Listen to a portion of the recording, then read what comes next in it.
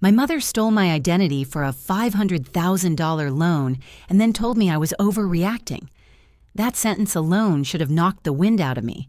But in that moment, I was standing in the freezing parking lot of a King Soopers in Denver, with snow drifting sideways across my coat and a letter in my hand that felt heavier than my entire life. The envelope was thin ordinary, the kind you get for coupons or dental reminders, yet inside it was a notice that could destroy everything I had built. The heading glared at me in bold letters, notice of delinquency for a $500,000 business loan under the name Riley Shaw. My name, my signature, my life. I called the hotline right there beside a shopping cart return because my hands were shaking too hard to drive. The representative had that calm customer support voice that made everything feel worse, like she was delivering a weather report instead of a catastrophe. "Mom, the loan is in your name." It was signed 3 months ago at our Aurora branch. 3 months ago. I felt something crack and echo inside my chest. I am a forensic accountant. I spend my days analyzing fraudulent transfers and flagging forged signatures. I know what identity theft looks like even before the average person notices a single red flag. And somehow, the red flag was me.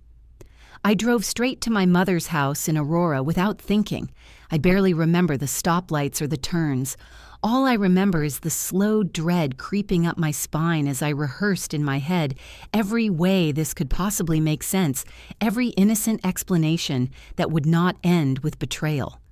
I walked into the house without knocking. The smell of roasted chicken hit me first. My family was sitting around the table like it was any other Thursday night. My mother, Linda, calmly slicing meat. My brother, Evan, leaning back in his chair, eyes glued to a football game on the television. My father chewing quietly, pretending not to exist. No one even looked up until I dropped the packet of loan documents onto the table with a sound that cut through the room like a blade. Why is there a $500,000 loan in my name? My voice did not shake. I had spent my entire life swallowing tremors for this family. My mother sighed in that irritated way she always did when she was caught doing something she decided should not be questioned. "Riley, you are overreacting. It is just paperwork. Your brother needed help." Evan snorted like this entire disaster was an inconvenience for him. "You make good money. You will be fine. Stop being dramatic." Dramatic. $500,000 of fraudulent debt tied to my Social Security number, and the word they chose was dramatic. Linda pushed the papers back toward me with one hand while keeping the knife in the other like none of this deserved her full attention. I stared at the signature on the loan file. It was my name. Perfect strokes, perfect slant, perfect loops. It was almost beautiful how precise it was. Almost. My mother had always been good at copying things. Recipes, hairstyles, voices. Apparently signatures too. Something about seeing my own name written in a way that did not belong to me made my stomach twist. It was as if she had reached into my chest and taken a piece of my identity simply because she believed she was entitled to it. And the worst part was how ordinary they made it sound, how small they wanted me to feel. My father barely whispered,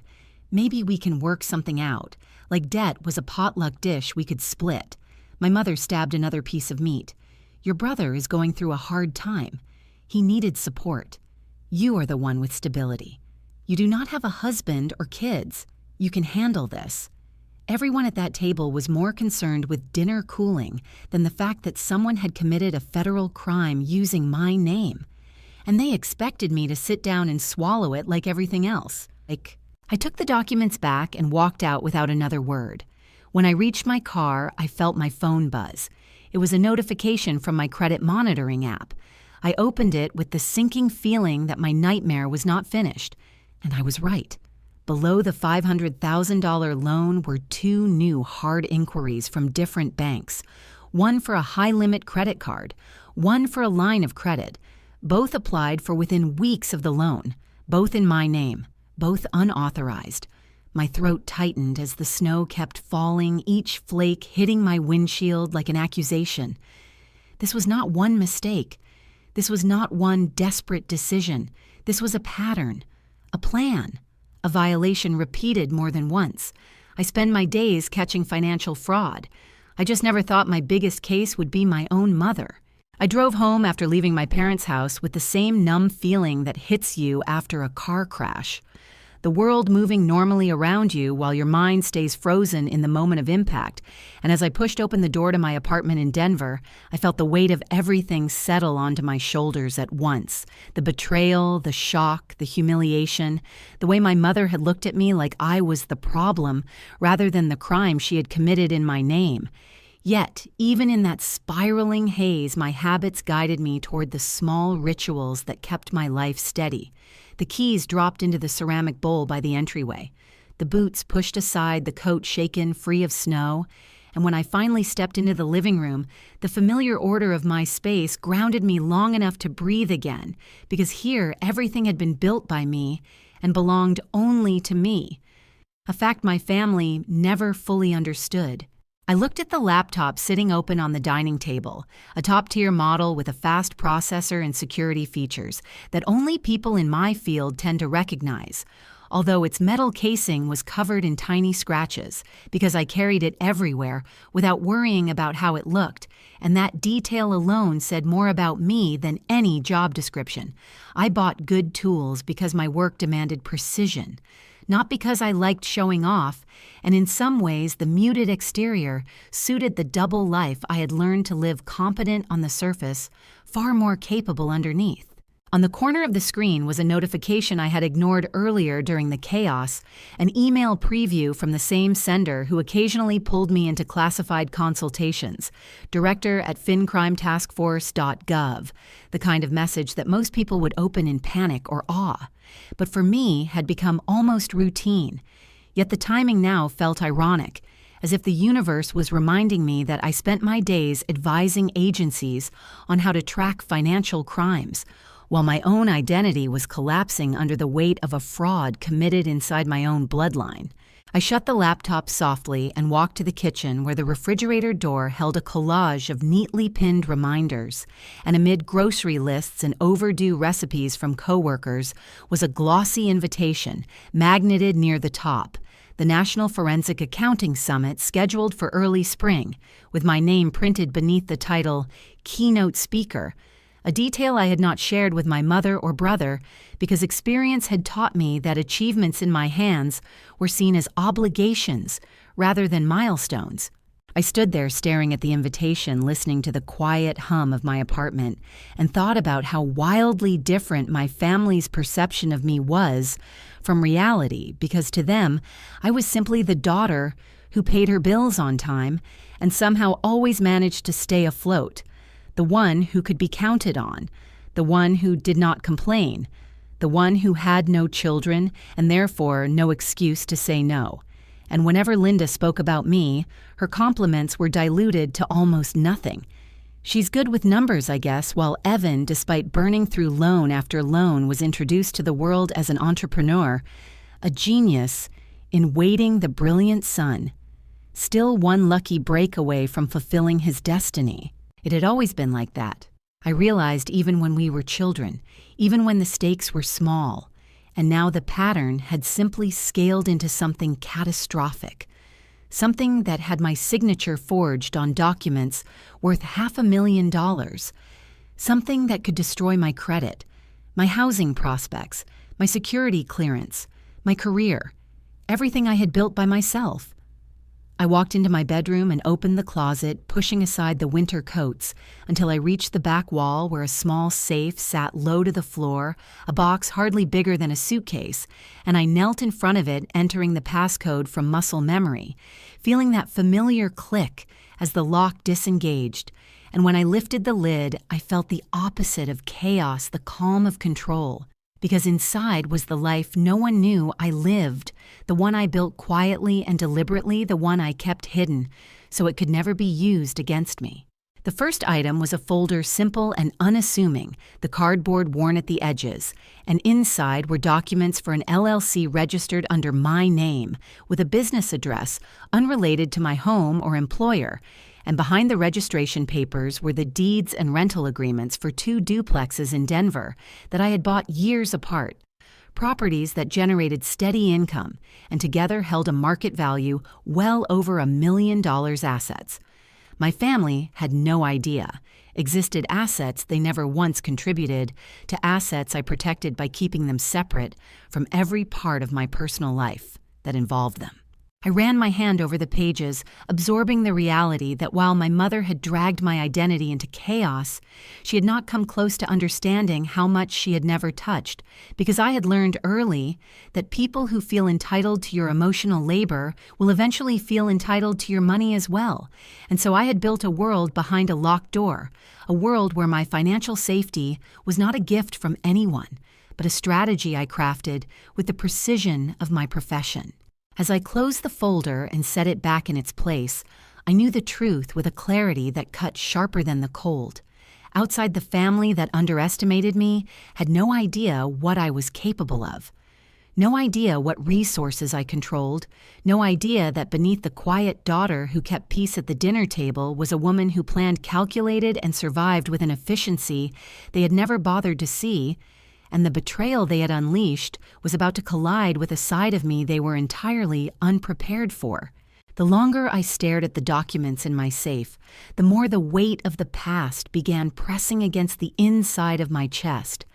Memories rising one by one, like old files resurfacing in a system audit, each one carrying the same pattern of expectation and dismissal that had shaped me long before I ever learned how to read a balance sheet or trace a fraudulent transaction. And as I leaned back against the closet wall, I realized that what happened with the loan was not an isolated betrayal, but rather the natural escalation of a lifetime spent being told that my role was to absorb damage so others did not have to feel it. I remembered being 15, standing in our driveway on a humid August evening while my father examined the dent in the side of his truck, a dent Evan had made when he borrowed the keys without permission, lost control on a turn and panicked, then ran inside crying before either parent saw the damage, and I remembered Linda pulling me aside, her voice low and urgent,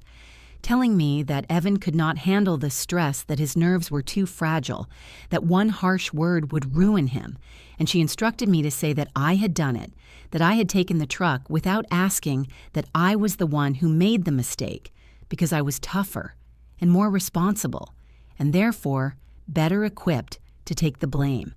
And because I was 15 and still believed love meant obedience, I agreed. I stood there while my father lectured me, and Evan watched from the window with dry eyes and no guilt at all. That was the first time I understood that in my family, responsibility was not earned but assigned. And from that moment on, I became the default shield, the daughter who could handle anything, the girl who would not break. The pattern grew sharper when I reached college age, because while Evan failed his entrance exams and spent his last semester of high school in a fog of excuses, my parents scraped together $50,000 to give him a second chance at success money they labeled as seed funding for his first business venture, a home repair service that he ran for less than a year before abandoning it. While I, having earned a scholarship to a university that challenged me academically in ways I loved, had to cover everything. My scholarship did not textbooks, room and board, lab fees, emergencies all paid from part-time work, and small grants I hunted for on my own. And when I once asked Linda why Evan received help while I did not, she gave me that same dismissive shrug she used whenever I questioned anything related to fairness, telling me that I was the smart one who would figure things out, that giving me money for school would be wasteful because I would succeed anyway. I internalized that logic for years, convincing myself that independence was power, even when it came from necessity rather than choice. And by the time I married at 26, I believed I had finally created a life beyond the reach of that uneven family dynamic, though that illusion shattered 2 years later when my marriage ended, a separation marked by grief,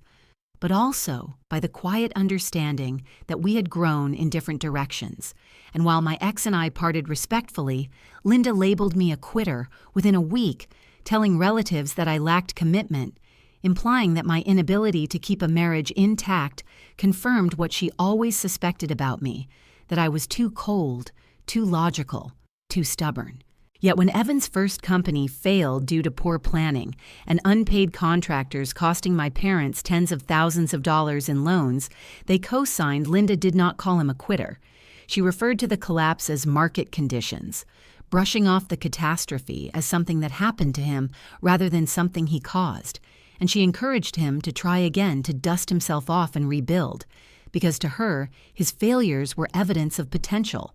while mine were evidence of flaw. I played these memories in my mind like a timeline of imbalance, and for the first time I allowed myself to acknowledge how deeply each moment had shaped the dynamic that now left me with fraudulent debt under my name, because the woman who forged my signature on a loan document worth $500,000 was the same woman who had trained me my entire life to carry burdens that were not mine. A thought struck me. Suddenly piercing through the noise, a memory from 2 years ago, a moment I had dismissed at the time as nothing important, but now, under the harsh light of everything I had uncovered, it felt like the start of something calculated, rather than accidental. Linda had called me on a weekday afternoon while I was at work, telling me she needed my Social Security number to update a family insurance policy, claiming the form required listing both children, even though I had not been on their insurance for over a decade, and because I was distracted and she sounded rushed, I gave it to her without question, never imagining she would use it for anything else, never imagining that this mundane moment was her collecting the one piece of data she needed to unlock every financial door in my name. As I stood in my bedroom, now breathing in the cold memory, I realized that the signature on the loan documents had not been a spontaneous act of desperation, but the result of planning that began long before I ever saw that letter in the grocery store parking lot, and the truth settled on me with startling clarity. My own mother had set the foundation for this fraud years earlier, quietly collecting the tools she needed while I stayed blind, out of habit, and that realization, sharp and undeniable, marked the first shift inside me from mere shock to something much more resolute. The memory of that moment with my mother asking for my Social Security number still pulsed behind my eyes as another scene rose up just as vividly, a dinner from 6 months earlier when the entire shape of their expectations began tightening around me like a vice, and I replayed it now with a clarity that made my stomach twist, because the signs had been there long before the fraudulent loan ever appeared in my mailbox. We were sitting around Linda's dining table in Aurora, the same table she polished obsessively for guests but never for us, and Evan had shown up late smelling faintly of drywall dust and frustration, slumping into his seat with the dramatic heaviness of a man who believed the universe owed him more than it ever gave, and Linda pounced on it immediately,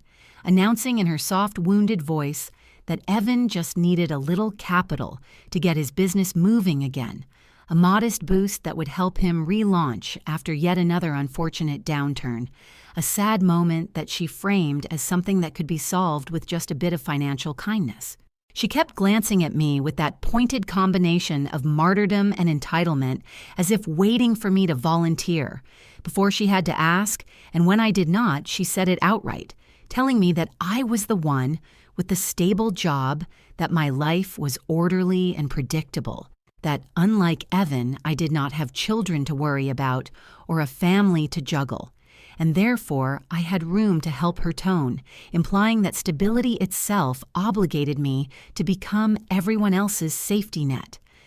Evan added a sigh, the kind meant to evoke pity rather than responsibility, and casually mentioned that $5,000 would make all the difference, that he was on the verge of a breakthrough, if only someone would invest in him. And when I calmly said I could not give him money, and that even if I could, I would not, the room shifted instantly, the air thickening with accusation. Linda put down her fork slowly and asked when money had changed me, when I had become the kind of daughter who kept score instead of supporting her family, and Evan leaned back with a smirk that had always stung more than any direct insult, telling me I must think I was better than them, now reminding me that I owned a nice apartment and drove a reliable car, and therefore should not be so selfish, their words landing with the weight of practiced emotional blackmail. Mark, quiet as always, muttered something about family needing to stick together, but he did not look at me as he said it. He looked at his plate as if the food might rescue him from choosing a side, and Linda seized the moment to push harder, delivering the line that had echoed in my head for months afterward, that if family could not count on me, then who could the sentence crafted to sound like love but functioning only as coercion? I remembered the heat rising to my face, the way my voice tried to stay steady, even as my pulse pounded against the inside of my skin, and I reminded them that I had worked for everything I had, that Evan's string of failures could not be treated like natural disasters I was required to clean up after. But Linda dismissed that, instantly insisting that I was being dramatic and that no one was asking for anything unreasonable, even though everything they wanted from me was unreasonable. And Evan muttered something under his breath about how people with money always acted superior. I left that dinner feeling drained in a way that had become familiar, a subtle exhaustion that followed every interaction where I was expected to carry burdens never meant for me, but I did not yet understand the full truth beneath their behavior until a week later when I stopped by Linda's house to drop off some documents from an insurance claim she wanted help reviewing, and while she stepped out to take a phone call, she left her dining room drawer open, a drawer she always kept locked, and a stack of mail sat half buried under outdated coupons. Something about the envelope on top caught my eye. A vendor invoice addressed to Evan's defunct business name, and my instinct as a forensic accountant flared almost automatically, urging me to look closer. My heart hammered as I glanced toward the hallway, listening to Linda's voice drifting faintly from the kitchen, and I allowed myself to pick up the packet, flipping through page after page of overdue balances, collections, notices, IRS letters stamped with warnings that were far more serious than anything Linda had ever admitted. It took only seconds for me to understand the scale, my stomach dropping as I tallied the numbers, mentally realizing that Evan did not owe a few $1,000s or even a few tens of thousands, but nearly $800,000, spread across equipment loans, supplier debts, penalties and back taxes, an impossible crater that could not be filled with the kind of help a family offered out of kindness, but only with the kind extracted through desperation. The truth hit me with such force that I had to grip the edge of the table, the realization forming with cold precision that their pressure on me had not been about supporting Evan's dream or helping him through a rough patch. It had been about survival, their survival. And they had decided long before that night that I was the only person they could sacrifice, without the world noticing the responsible daughter, who always figured it out. The woman with the organized life and the stable income and the supposedly unbreakable backbone. Standing there in the soft light of Linda's dining room, holding evidence that Evan was drowning in a financial void he had created through years of negligence and denial, I understood that the fraudulent loan was not born from a single moment of weakness, but from a long cultivated belief that my life existed to hold theirs together, and the weight of that truth settled across my shoulders like a cold, wet tarp. I placed the documents back exactly as I had found them, my hands trembling, not with fear, but with the beginning of something sharper, something more decisive, because for the first time I saw the full landscape of the pit they expected me to fill, and I knew, with a clarity bordering on instinct, that this was not a crisis they wanted me to help with. It was a catastrophe. They intended me to absorb entirely a plan born from entitlement and executed with practiced confidence. And as I walked out of Linda's house that day, I felt something inside me harden, the first wall rising to protect the life I had built from becoming the foundation for their collapse. I drove home after uncovering Evan's real debt, the numbers still pounding in my head like a drumbeat I could not silence. And the moment I stepped inside my apartment, I felt my entire body shift into the mode I knew best. The quiet, analytical space where emotions moved to the edges, and the part of me trained to uncover deception stepped forward, steady, focused, relentless. And I told myself that if they had dragged me into a financial nightmare, I would at least know its full shape before it tried to swallow me. I powered on my laptop, the one with the scuffed exterior that hid the fact it was a top-tier machine, capable of running forensic software without ever slowing down, and logged into my credit monitoring account. The cold blue glow of the screen lighting the room as I took a breath and clicked the button to pull a full detailed report, the kind that ran nearly 10 pages and broke down every inquiry, every account, every subtle shift in credit utilization. And as it loaded, I felt a tension gather behind my ribs, an instinctive sense that this would not be simple or containable, that the $500,000 loan was only one branch of something larger. When the report appeared, my eyes moved rapidly across the first page, and there it was, the business loan for $500,000 sitting under my name with a start date 3 months prior listed with an Aurora branch address and payment delinquency already logged. And while seeing it typed in clean black letters made my stomach twist again, it was the next section that made my breath catch in my throat. 2 credit cards with a combined limit of $50,000 appeared under new accounts. Both opened within the same 3-month period as the loan, both already maxed out, or nearly there. Charges spread across hardware stores, supply vendors and construction equipment, rentals, purchases that matched perfectly with the type of things Evan would need to resurrect a failing contracting business, but nothing that belonged in my financial footprint. I scrolled further and saw an attempted application for a $100,000 line of credit that had been denied due to suspicious activity, and the timestamp showed it had been submitted roughly 9 days after the second card opened a pattern so tight and deliberate it almost read like a checklist. My pulse picked up as I compared dates, noting that each application fell during the same period. Evan had vanished from social media, the same period when Linda had claimed he was taking time to regroup, and the alignment of everything was too precise to be coincidence. The exact kind of pattern I had identified in dozens of fraud cases during my work, but never imagined would one day trace directly back to my own family. I dialed the lender listed for the business loan, pacing across my living room as I waited on hold, trying to steady my breathing,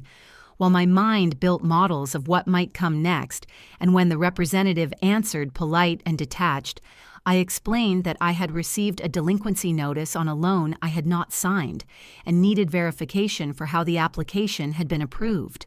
The woman pulled up the file and said calmly that the loan was active and that they had digital scans of the required documents, including the signer's driver license and signature. And when I asked if I could hear the details, she read them out, slowly describing a license number that matched mine and an address that matched mine. But when she mentioned that the scan quality was poor and there had been a slight blur on the image, I felt a chill spread down my spine as she added that the face shape in the picture appeared older than expected, though still within a believably similar profile. I closed my eyes, the pieces clicking into place with dreadful precision, because I knew that blur was not accidental. It was intentional. The kind intended to obscure small inconsistencies, and the shape she described matched Linda's features far more closely than mine, her jawline softer, her hair styled in the same way she liked to mimic mine in an attempt to appear youthful, her posture always slightly tilted to one side in every ID photo. She ever took a detail I had not thought about in years until that moment. I thanked the representative, hung up, and let the silence of my apartment settle around me like a second skin as I returned to the credit report, reading the lines again and again, trying to make sense of how far Linda had gone. And then something caught my attention on the secondary details, a line item that listed the correspondence address for the loan, an address that was not my apartment, but one of the rental properties I owned under my LLC, a duplex in West Denver, that no one in my family knew existed because I had purchased it before my divorce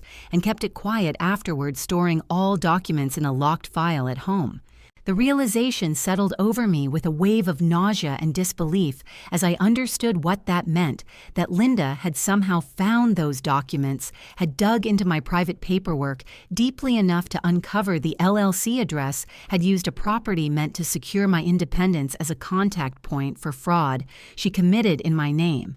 And that discovery stung in a way that surpassed anger, because it confirmed she had gone through my life more thoroughly than I had ever imagined, not out of concern or curiosity, but out of calculation. I stared at the address on the screen, feeling the implications unfurl like a slow, deliberate poison, recognizing that this was not clumsy desperation, but a strategically constructed scheme, one that required access to my identity, my documents, my history, and even my hidden real estate, and the weight of that violation settled into something sharp inside my chest. I sat down slowly, the 10-page report spread across my desk, the timeline grimly consistent, the applications bold and repetitive, the deceit more invasive than anything I had prepared myself for,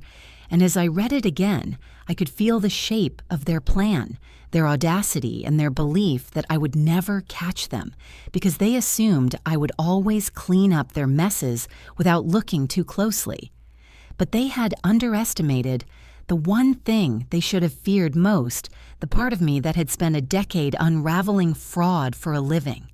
The part that recognized patterns and intentions and hidden choices, and as the truth came into full view, I felt something inside me shift from shock into a cold and focused resolve that did not shake or stutter, because now the question was no longer whether Linda and Evan had involved me, but how far they had gone. And I knew, with unflinching certainty, that this was only the beginning. I drove back to Linda's house with the 10-page credit report printed, annotated, highlighted in red, and marked with small sticky notes that fanned out from the edges like warning flags. My hands steady in a way that felt almost unnatural considering the storm building beneath the surface. And when I pulled into her driveway, the familiar shape of the house looked warped by everything I now knew, as if the siding itself had absorbed years of secrets and entitlement I had never allowed myself to name. I walked inside without knocking because Linda had always insisted family did not need permission to enter a rule. She conveniently applied only when it benefited her, and I found them all exactly where I expected Linda at the counter, slicing vegetables for dinner with exaggerated calm, Evan on the couch with his feet on the coffee table watching a game rerun, and Mark sitting in his recliner pretending to read the newspaper, although I doubted he processed a single word. The moment the door closed behind me, Linda glanced up, her expression sliding from surprise to irritation in seconds, and she asked what on earth I was doing barging in like that, but I did not answer. I simply placed the stack of papers on the dining table with a deliberate thud that made her knife pause mid-air. I told her we were going to talk about the loan, the credit cards, the attempted line of credit, the entire roster of fraud committed in my name, and I opened the folder to the first page, the $500,000 loan with my forged signature, waiting at the top like a headline announcing betrayal. Linda rolled her eyes and said I was making a scene, that I always blew things out of proportion, that I had a tendency to overreact to anything involving money. And Evan laughed softly from the couch and said if I actually loved them, I would help rather than interrogate everyone like some kind of cop, insisting the loan was just numbers on a screen and not worth the drama I was bringing into the house. Mark mumbled that maybe we could all sit down and work out a plan, the same neutral stance he adopted every time chaos erupted, and his refusal to take a side only made the knot in my chest tighten further. I pointed to the forged signature on the loan document and asked Linda how she justified signing my name without my consent, how she explained opening credit accounts tied directly to my identity, how she rationalized using my social security number and my rental property address to support a scheme I never agreed to.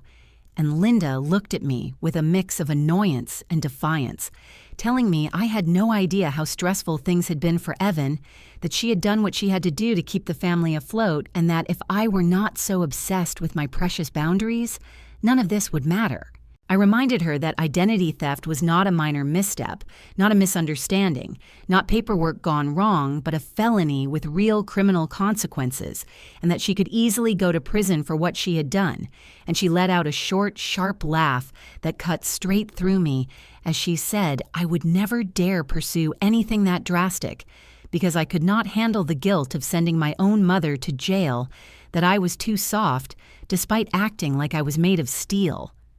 Evan chimed in again, saying I had always cared more about my bank account than about my own family, that no wonder my husband had left me because I was impossible to live with.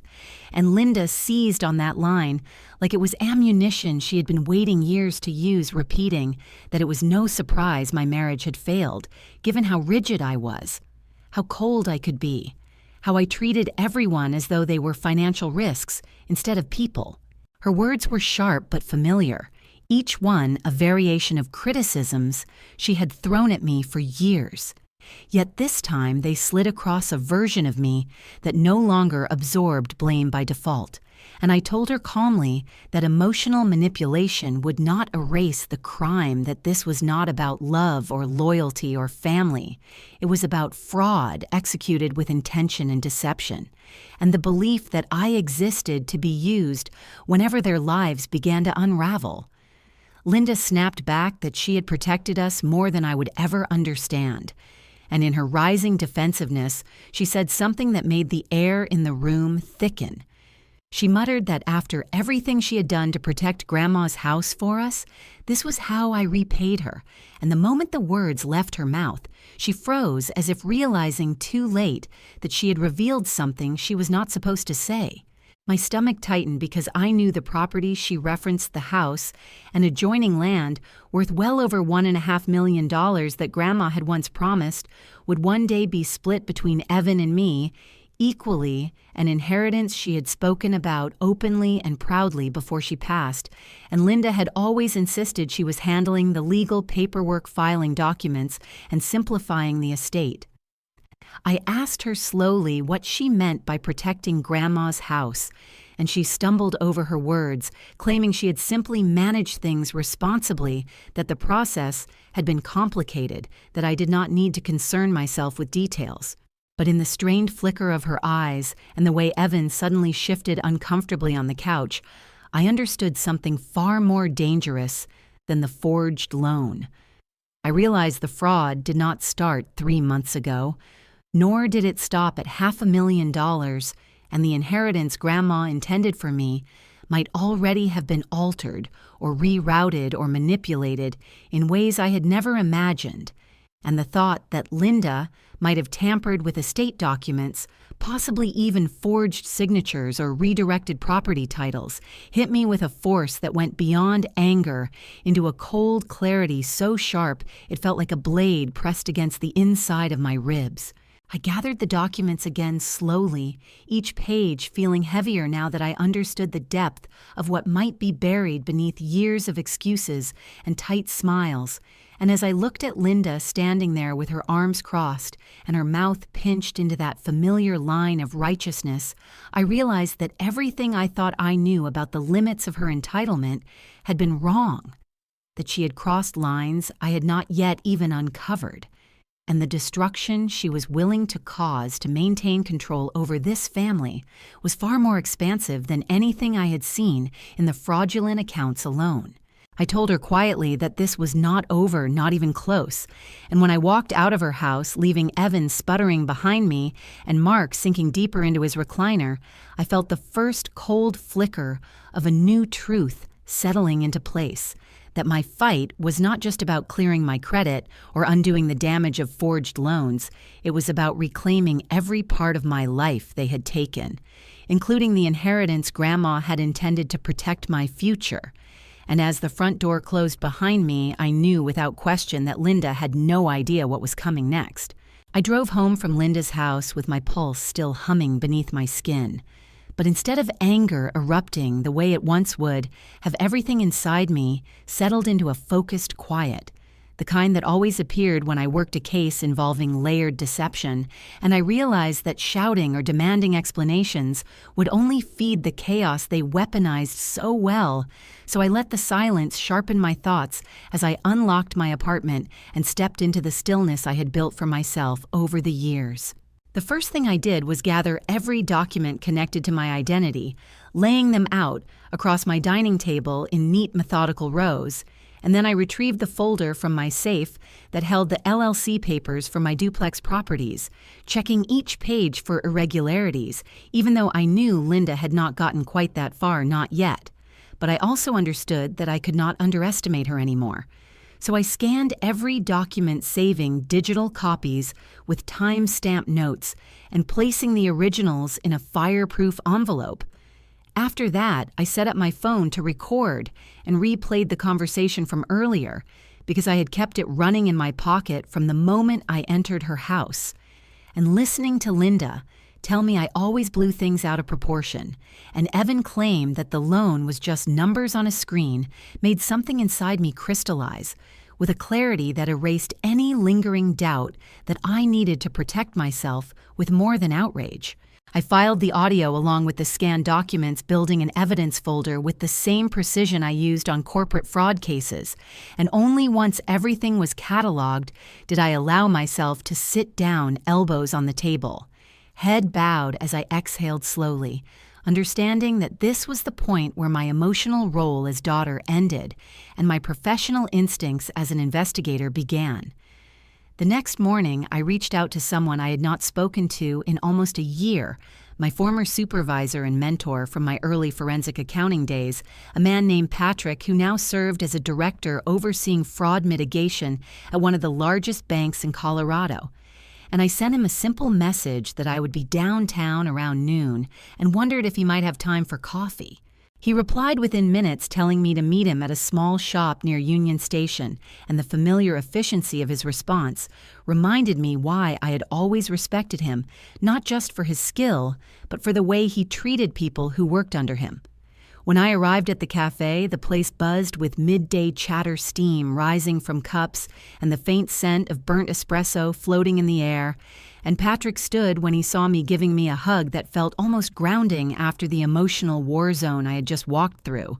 We sat by the window and made quick, polite conversation about work and the city and the unseasonably warm weather, but I could tell he sensed something beneath my surface, because he leaned forward slightly, his voice softening as he asked what was really going on. I told him I needed his professional insight on a situation involving identity misuse, framing it neutrally, at first saying it was personal, and that I did not want him to feel pressured to give official advice. And then I eased into specifics, describing a hypothetical scenario where a family member forged signatures, used someone else's social security number, opened credit accounts, and secured a large business loan, all without the victim's knowledge. Patrick's expression shifted slowly as I spoke, the lines around his eyes tightening, and when I finished, he sat back and let out a long breath, saying that family fraud cases were always the most complicated emotionally, but the simplest legally, because the paper trail generally spoke louder than the relationships. I asked him directly what happened in these cases, when the victim cooperated with the bank, made a full statement, and provided evidence, and he told me plainly that when fraud was clear, the bank would protect the victim, remove the accounts, and pursue the actual perpetrator, but that the fraudster often faced consequences beyond cancellation. Consequences like repayment, demands, frozen assets, legal escalation, and in severe cases, referral to the state fraud division. His voice was calm, steady, almost clinical, but the weight behind his words gave me a quiet sense of reassurance, because I understood then that I was not trapped in a moral dilemma where loyalty could override legality. I was standing in a situation with rules, protocols, and real consequences, and that realization allowed a knot in my chest to loosen. I decided to push further, asking what options existed for the victim to correct credit damage, how long the process took, and whether there were red flags banks paid close attention to in cases involving internal family access to documents. And Patrick answered each question with the same precise patience he used when training new analysts, reminding me that people who committed fraud often underestimated how predictable their patterns were. Then he paused, tilting his head as he studied me, and he said something that hit me with more force than I expected, that the way I framed my questions told him this was not hypothetical at all, and that he hoped I understood that no amount of family pressure justified sacrificing my financial future or my legal safety. I stared at the rim of my coffee cup for a moment before admitting quietly that the fraud involved my mother, that the documents had my signature forged so carefully it made my skin crawl, that my brother was drowning in debt, and they had decided I was the lifeline they could use without asking. Patrick did not look surprised, only saddened, and he told me that people often committed their worst financial betrayals against the ones they assumed would forgive them. But that forgiveness was not a legal category, and I had every right to protect myself. When we stood to leave, he pressed a business card into my hand, telling me to call him directly if I needed guidance through the formal dispute process. And he added almost casually that if I ever wanted to consult for the state-level Financial Crimes Task Force, again, his door was open, that they could use someone with my eye for patterns and my ability to stay calm under pressure. The comment landed with a quiet power, because I had not expected him to remember the consulting work I had done years earlier, nor had I expected the offer to return. And in that moment, I realized I had access to resources and authority that Linda would never imagine, networks built from years of work she had always dismissed as unimportant. As I walked back toward my car with Patrick's card tucked securely in my pocket, I felt the first shift from defense into strategy, a sense of controlled momentum that whispered this was no longer about reacting to what they had done, but about preparing for what I would do next, and the knowledge that I had support beyond anything my family understood settled over me, like the first steady breath after a long-held silence. I spent the next week moving through my life with a steady purpose, gathering documentation, organizing timelines, and preparing statements, even though I had not yet submitted anything to the bank, because part of me wanted to understand the full scope of the damage before the formal process began, and another part of me knew that timing would matter more than anything else when it came to exposing Linda's lies. Then, as if scripted by some ironic force of the universe, an invitation arrived in my mailbox, a glossy card announcing Linda's upcoming 60th birthday celebration, a gathering she framed as a milestone event, with family and neighbors invited to honor her. And the moment I held the envelope in my hand, I realized it was the perfect setting for what needed to happen next, a place where truth would collide with the image she worked so hard to protect. I decided I would go, but not alone, and the plan began taking shape in my mind like a quiet current, pulling everything into alignment. I reached out to a colleague from my firm, a woman named Allison, who specialized in fraudulent lending cases and who carried herself with a calm professionalism that made people underestimate her until she spoke, and I asked if she would join me as a friend for a family event, telling her only that she might witness something complicated and that her presence would be helpful. She agreed without hesitation, understanding the tone in my voice, even before she knew the details, and when the evening of the party arrived, we drove to Aurora together, the fading sunlight casting long shadows across the familiar streets as I parked in front of Linda's house, which had been decorated with streamers, rented chairs, and a banner that stretched across the porch, declaring her milestone year in cheerful letters that felt at odds with everything simmering beneath the surface. Inside, people mingled with drinks and small plates, neighbors chatting about local news, while relatives reminisced loudly about old stories, and Linda moved through the crowd wearing an expression of gracious pride, embracing guests with practiced warmth as if she were the center of a world that adored her. When she spotted me, her smile tightened slightly before widening again for show, and she greeted Allison with exaggerated enthusiasm, asking how we knew each other in a tone that attempted to sound casual but carried a sharp undercurrent I recognized instantly. I introduced Allison simply as a friend from work, and Linda nodded with polite suspicion, already scanning the room for someone more useful to impress. Throughout the evening, she performed the version of motherhood she always saved for outsiders, telling neighbors how proud she was of Evan's resilience, explaining that his business was in a transitional phase and that he was exploring new opportunities, describing him as an entrepreneur with vision and grit, and people responded with admiration because Linda's narratives were crafted precisely to garner sympathy and praise. Whenever conversation shifted toward me, she added small comments designed to shape the room's perception, saying Riley is doing fine, but she is very sensitive about finances, or she worries too much. She thinks every little thing is a crisis, and the guests laughed politely, absorbing her words as harmless observations rather than the subtle character attacks they were meant to be. I stayed silent through most of it, watching the way she manipulated the narrative, understanding why her version of events always seemed to carry more weight than mine in family conflicts, because she performed helplessness and wisdom in alternating doses, creating a persona that made people think she could never be capable of something as deliberate as fraud. The evening wore on, conversations flowed, and the moment came when Linda tapped her glass and called everyone into the dining room for the cake,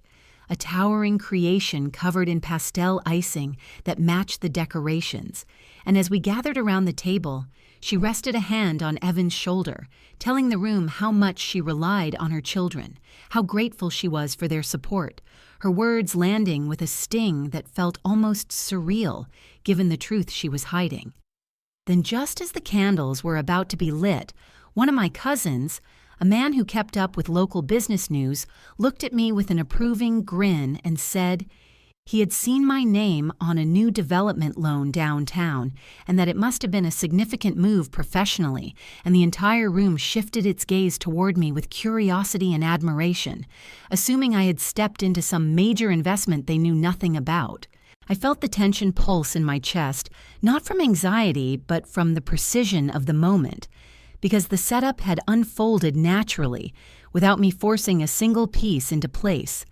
And I responded with a calm I did not have to manufacture as I asked lightly which loan he was referring to, because I had never signed anything like that. A ripple of confusion moved through the room, several faces turning toward Linda as if expecting her to clarify, and before she could jump in with a diversion, Allison leaned forward slightly, her tone casual but her words carrying a precision that sliced straight through the pretense, asking what project the loan supported and which bank had issued it, because she had been reviewing several development loans recently and might know the one he was talking about. The room quieted subtly, attention narrowing toward our conversation, and Linda's posture shifted, her spine stiffening, her eyes darting from Allison to me with a flicker of something that looked remarkably like fear, and she opened her mouth to speak, but no words came out. Allison continued asking whether the loan was secured or unsecured, whether it involved a new construction or renovation, questions that sounded friendly but carried the weight of expertise, and the longer she went on, the more visibly uncomfortable Linda became, her cheerful facade cracking at the edges as a faint flush crept up her neck. She tried to laugh, waving a hand as if it were all a misunderstanding, saying something about how people get confused with names, but the tremor in her voice betrayed her, and for the first time that night, the crowd sensed something beneath the surface of her performance. I stood quietly, allowing the silence to expand just enough to make her discomfort visible, and as the room watched Linda struggle to regain control of the narrative she'd always tightly managed, I felt the first shift in power settle into place, not with force, but with precision.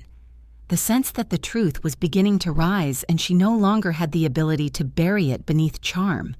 guilt, or theatrics. The room felt suspended in a strange hush after Allison's questions, a quiet so fragile it seemed to tremble in the air, and I knew this was the exact moment the narrative would either snap back into Linda's control or shatter permanently. So I stepped forward slowly, my heartbeat steady in a way that surprised even me, and I reached into my bag for the stack of documents I had prepared days ago, each page crisp and meticulously organized, the kind of evidence no amount of charm or guilt could dilute. I laid the papers on the table beside the untouched birthday cake, the flickering candles casting uneven light across the bold numbers at the top of the first page, and when I spoke, I kept my voice even and unhurried, letting the words settle over the room like snow that concealed nothing.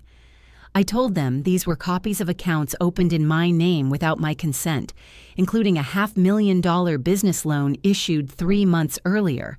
and his faces around the table shifted in confusion, curiosity, and disbelief.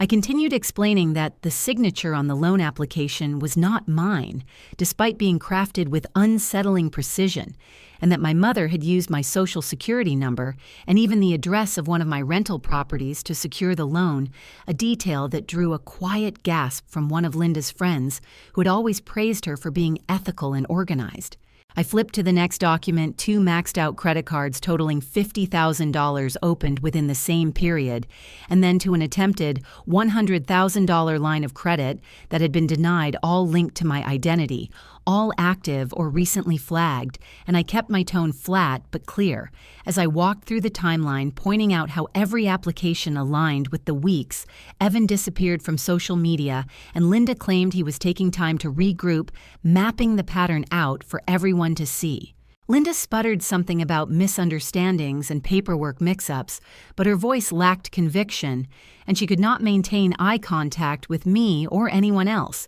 And before she could string together a coherent excuse, Allison stepped forward, her expression polite but firm, and said that what they were looking at was not a misunderstanding, but textbook financial identity theft, explaining in a calm, almost clinical tone that if the case went to court, it would be open and shut, that the documentation was too consistent and the fraudulent intent too clear for any judge or investigator to interpret it otherwise. A murmur rippled through the room, people exchanging glances as the reality of what she said settled into their understanding, and Linda's composure began to crumble her lower lip, trembling as she accused me of humiliating her in front of the entire family, her voice rising with disbelief that I would air private issues on a night meant to celebrate her, and she reached for sympathy with familiar lines about loyalty and respect, but none of it landed the way it once might have. I did not raise my voice. I did not apologize. I did not retreat into self-doubt the way I had for most of my life, because the truth had already begun burning its way through every inch of the room,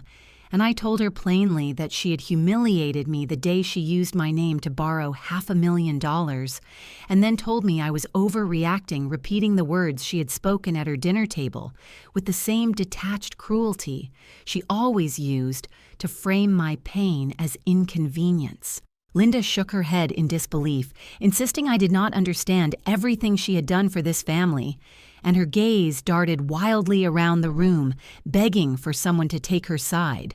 But the faces watching her now were no longer softened by admiration. They were tightened by suspicion, and before she could rebuild her defense, the twist I did not expect arrived from the far end of the table. My aunt, a woman who rarely involved herself in family conflict and preferred to avoid anything resembling confrontation, spoke up with a confusion that carried an undercurrent of accusation, asking Linda whether this situation had anything to do with the papers she had asked them to sign. Last year, the documents she claimed were harmless updates to Grandma's estate, and she said she had been uneasy about it because Linda insisted the signatures were needed quickly and discouraged them from reading too closely. A heavy silence fell across the room, in an instant the kind that draws every stray emotion into a single collective, held breath,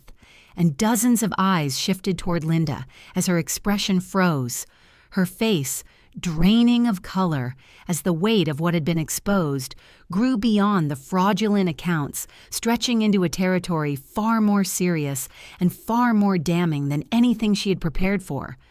My heartbeat ticked in steady rhythm as I absorbed the revelation, because I had not expected anyone else to mention estate paperwork, let alone in front of this many witnesses. And Linda's reaction confirmed every suspicion that had been stewing beneath my skin since the moment she let slip her comment about protecting Grandma's house. She stammered, reaching for explanations that evaporated, before forming insisting they had misunderstood that the papers were routine, that I was twisting things as usual. But her voice cracked under the pressure,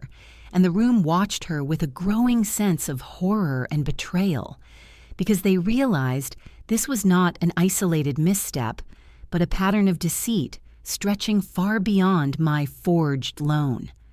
For the first time in my life, Linda stood in a room where her narrative failed her completely, where her reputation cracked under the weight of documentation, witnesses, and undeniable truth. And as the stillness in the air stretched on, I understood that the public exposure moment had arrived not with shouting or spectacle, but with clarity, precision, and the undeniable gravity of fraud laid bare in front of the very people she counted on to protect her image. In the days following the disastrous birthday party, the air around my life felt sharper, cleaner, as if something long rotting had finally been dragged into the light, and I moved quickly, because momentum mattered in cases like these, and hesitation only gave fraudsters time to rearrange their lies. I spent an entire Saturday assembling a comprehensive packet for the bank and their fraud department, printing every document, highlighting every inconsistency, attaching every time-stamped screenshot from my credit report, and I included a short forensic summary. I drafted myself, outlining the pattern of applications, the method of signature replication, the use of my social security number, and the unauthorized use of my rental property address, each detail presented with the calm precision I used in my professional cases. On Monday morning, I submitted everything to the bank in person, watching the fraud investigator's expression shift from polite neutrality to alarmed focus as she flipped through the pages, and by the time she reached the section comparing my actual signature to the forged one, she nodded slowly and said this would be escalated immediately. Within 72 hours, the first results returned, a formal notice confirming that the bank had accepted my identity theft claim and was removing the $500,000 loan from my credit record, restoring my score, and absolving me from all associated debt. And a second notice followed shortly after regarding the credit cards, both flagged as fraudulent and closed without liability. The relief was real, but it was not the triumphant kind, rather a quiet validation that truth had finally been acknowledged by someone with the authority to correct the damage. Yet it also marked the beginning of the consequences Linda had always insisted she could evade. A week later, Linda received her own set of letters, though these carried a very different tone, formal notices demanding repayment of the loan balance and warning that failure to cooperate could result in legal action collection proceedings or referral to law enforcement for further investigation. And Evan received a related notice because he was listed as the primary beneficiary of the supposed business. The loan was meant to support pulling him into the situation he had pretended to stand above. The panic began almost immediately, frantic phone calls from unknown numbers, blocked calls in bursts of 3 or 4 at a time, and short text messages from Evan asking if I could talk because something urgent had come up. Messages I ignored because the pattern was predictable, and I was not going to let their fear become my responsibility again. Instead, I focused on the next step, the one that had been quietly forming in my mind since my aunt spoke at the party.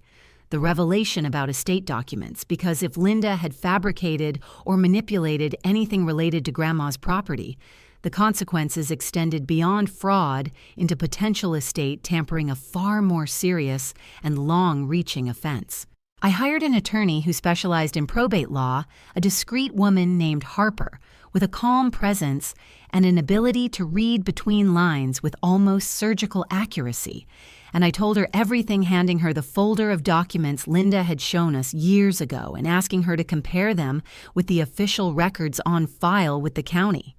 Harper requested 2 days, and on the third morning she called me with a tone that was steady, but carried the unmistakable gravity of confirmation, telling me the documents Linda had shared were not identical to the ones filed with the county after Grandma's passing.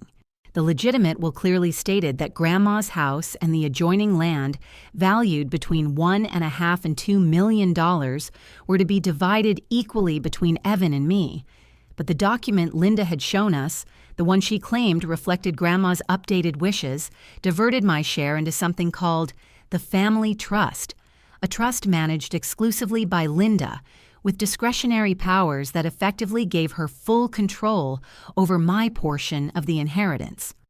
Harper explained that while creating a trust was not inherently fraudulent, the discrepancy between the filed will and the document Linda presented meant there had been either an unrecorded amendment or a falsified document, and given what I had already uncovered about the loan and signature forgery, the likelihood of tampering was extremely high. I felt a cold steadiness settle over me as she spoke, because this revelation did not feel shocking. It felt like the last piece of a puzzle I had been assembling for years without knowing it, and I realized that my mother's pattern had not emerged overnight. It had been growing quietly, escalating slowly, and waiting for the moment she believed she could take everything without me noticing until it was too late. Harper told me I had full legal standing to petition the court to review the estate distribution challenge, the trust and request an examination of all signatures and amendments associated with Grandma's property. And as she outlined the process, I found myself recognizing a level of power I had not realized I possessed, not only financial, but legal, ethical, and strategic, a power built from years of understanding systems, reading patterns, and navigating fraud investigations with clarity. I thanked her, feeling the shift inside me solidify, because for the first time, this entire ordeal was no longer just about undoing the damage Linda had done. It was about reclaiming what had been stolen long before the fraudulent loan. And as I hung up the phone, I understood that I was not simply reacting to my mother's actions. I was taking control of the narrative in a way she had never imagined possible. The consequences had begun unfolding in ways that were logical, fair, and undeniable. And I knew that the next steps would not require anger to fuel them, only precision, patience, and the quiet resolve of someone who had finally stopped believing that protecting family meant sacrificing herself. The fallout from the bank notices hit Linda with a force she had never imagined, and although I knew the letters would frighten her, I underestimated how quickly she would unravel once the consequences stopped being theoretical and became printed threats bearing official seals. It started early on a Thursday morning when my phone lit up with her name, the screen vibrating insistently as if urgency alone could pull me back into the role she expected me to play. And when I let the call go to voicemail, she tried again, then again, until finally she left a message filled with trembling breaths and a voice cracked by panic, telling me they might take the house, that the bank was threatening legal action, that she was my mother and I needed to fix this, because family sticks together. I listened once, then deleted it, not out of cruelty, but out of a quiet clarity that told me the part of me that once rushed to put out her fires had finally died the day she signed my name on that loan and told me I was overreacting. A few hours later, Evan sent me a long stream of messages, each one increasingly desperate, insisting that I knew more about this stuff than anyone, that I had always been the responsible one, that I could make this go away if I really wanted to. And he reminded me that we were family in a tone that suggested blood gave him permanent access to my labor and expertise while demanding nothing from him in return. I typed only one sentence in response, telling him I had already fixed the part that was destroying my life, and the rest was theirs to manage.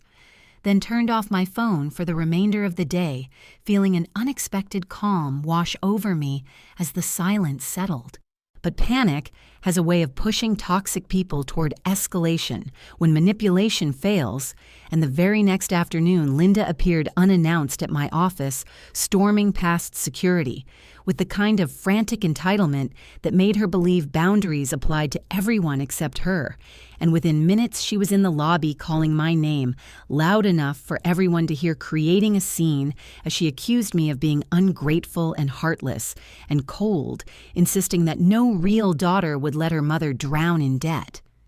I walked downstairs only to prevent the spectacle from growing, and when I reached her, she lunged toward me with outstretched hands, not to hug me, but to cling as if physical contact could bind me back into the place she wanted me to occupy. I stepped back gently and told her we would talk outside, and the moment we pushed through the glass doors, her tears switched from hysteria to anger. Her face taut as she demanded I fix the situation, because I was the one who had escalated it by involving the bank. Something in her tone, the complete erasure of her own actions, the rewriting of the narrative into something where I was the aggressor, snapped whatever sympathy I still had left, and I told her calmly that I had not created this mess, I had simply stopped covering for it, and that she would need to address the consequences she had earned. Her expression hardened her mouth, twisting into disbelief as she whispered that she had raised me better than this, and in that moment I realized Linda still believed love meant obedience,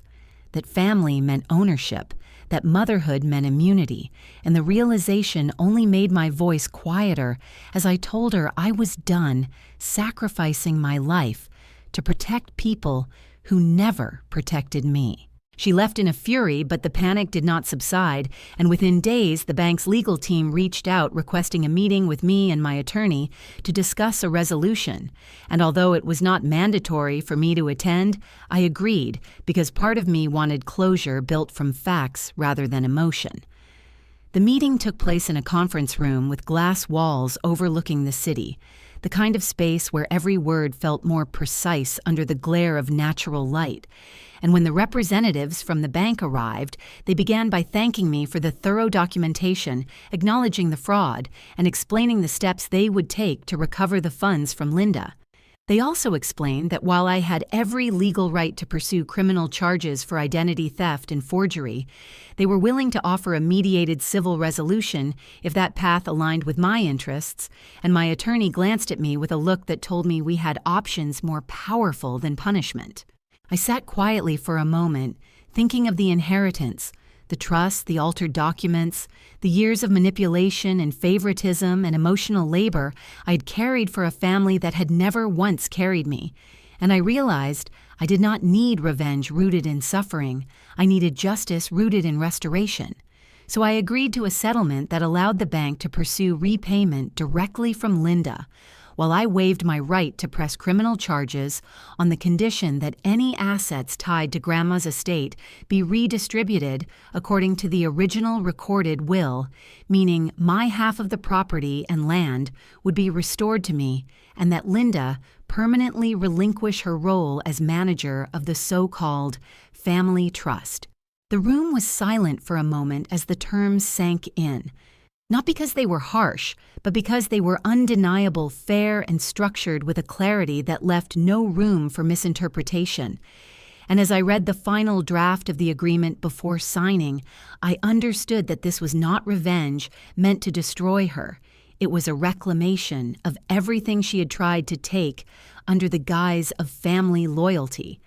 I signed my name with a steady hand, the same signature she had tried to mimic for her own gain, and when I slid the document back across the table, I felt a quiet strength settle into my chest,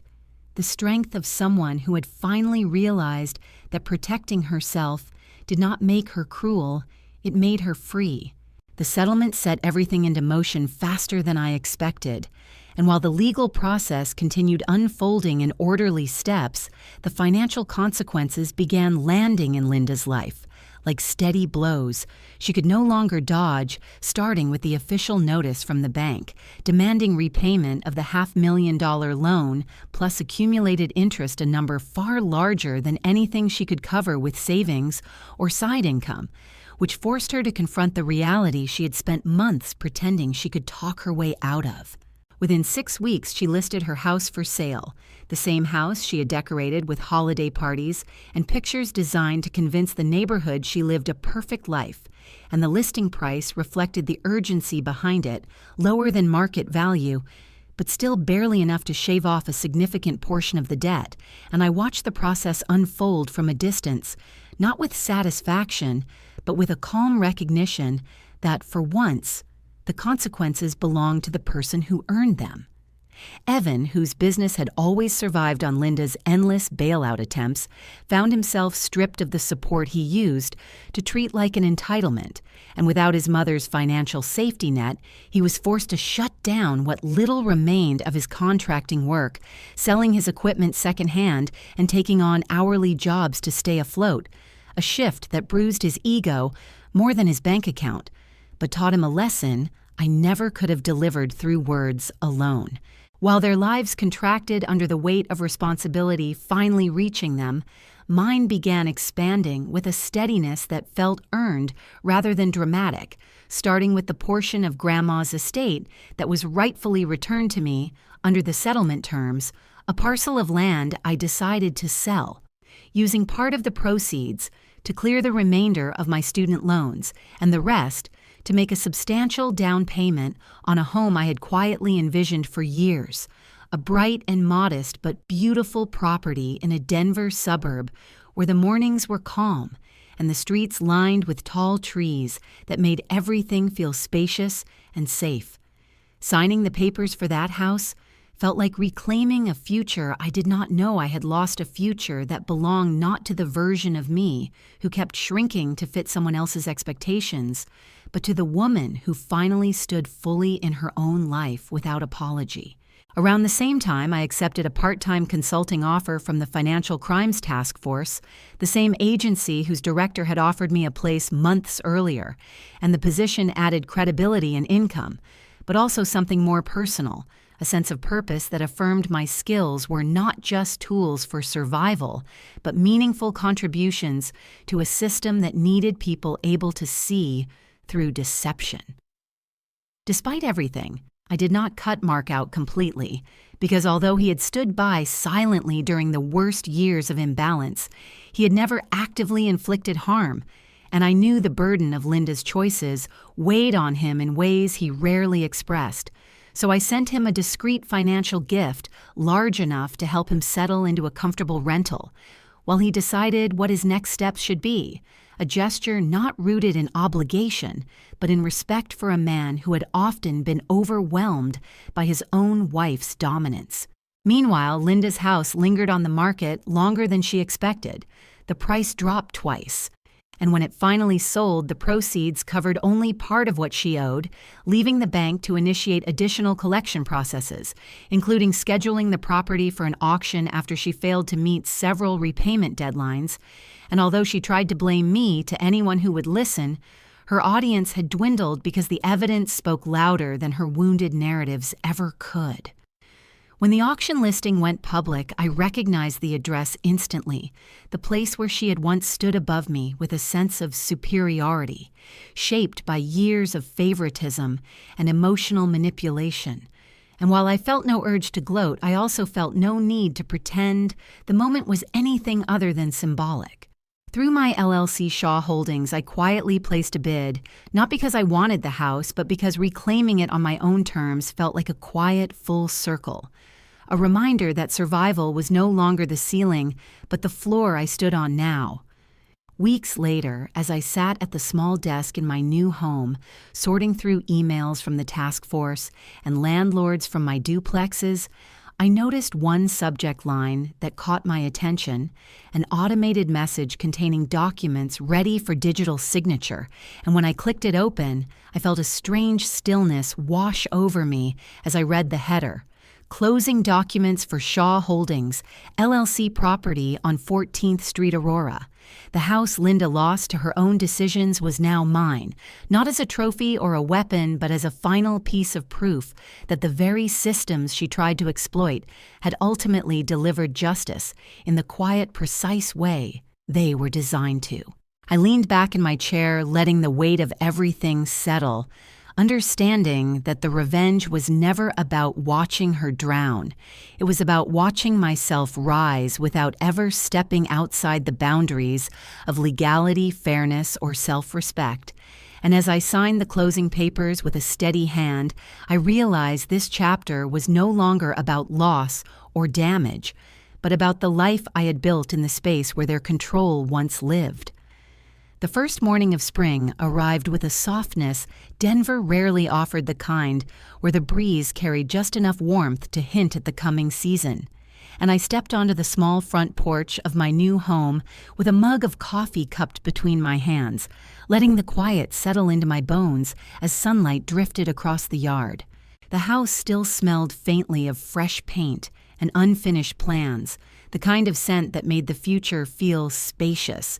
And as I leaned against the railing, I glanced at the small nameplate I had installed beside the door, a simple brushed metal rectangle engraved with R. Shaw, a marker that meant nothing to strangers walking by, but represented everything to me, a boundary, a beginning, a declaration that this space belonged entirely to my life and no one else's expectations. I opened my phone and pulled up my credit report out of habit, the same report that once made my stomach twist every time I refreshed it, and I watched the screen load with a calm certainty. My score fully restored, every fraudulent account cleared, no lingering traces of the loan or the credit lines my mother had opened under my name, and seeing that clean slate felt like more than a technical correction. It felt like proof that the version of me I had fought to protect was finally recognized without distortion.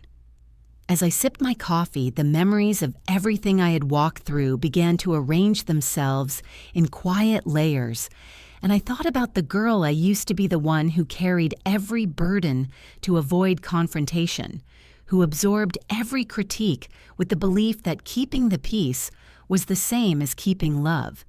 who grew up learning to be the reliable one because the unreliable ones demanded so much attention that there was no room for her needs. I remembered the countless moments where Linda praised Evan for qualities he did not possess while treating my accomplishments like inevitabilities, the way she trained me to believe that competence erased the right to ask for support,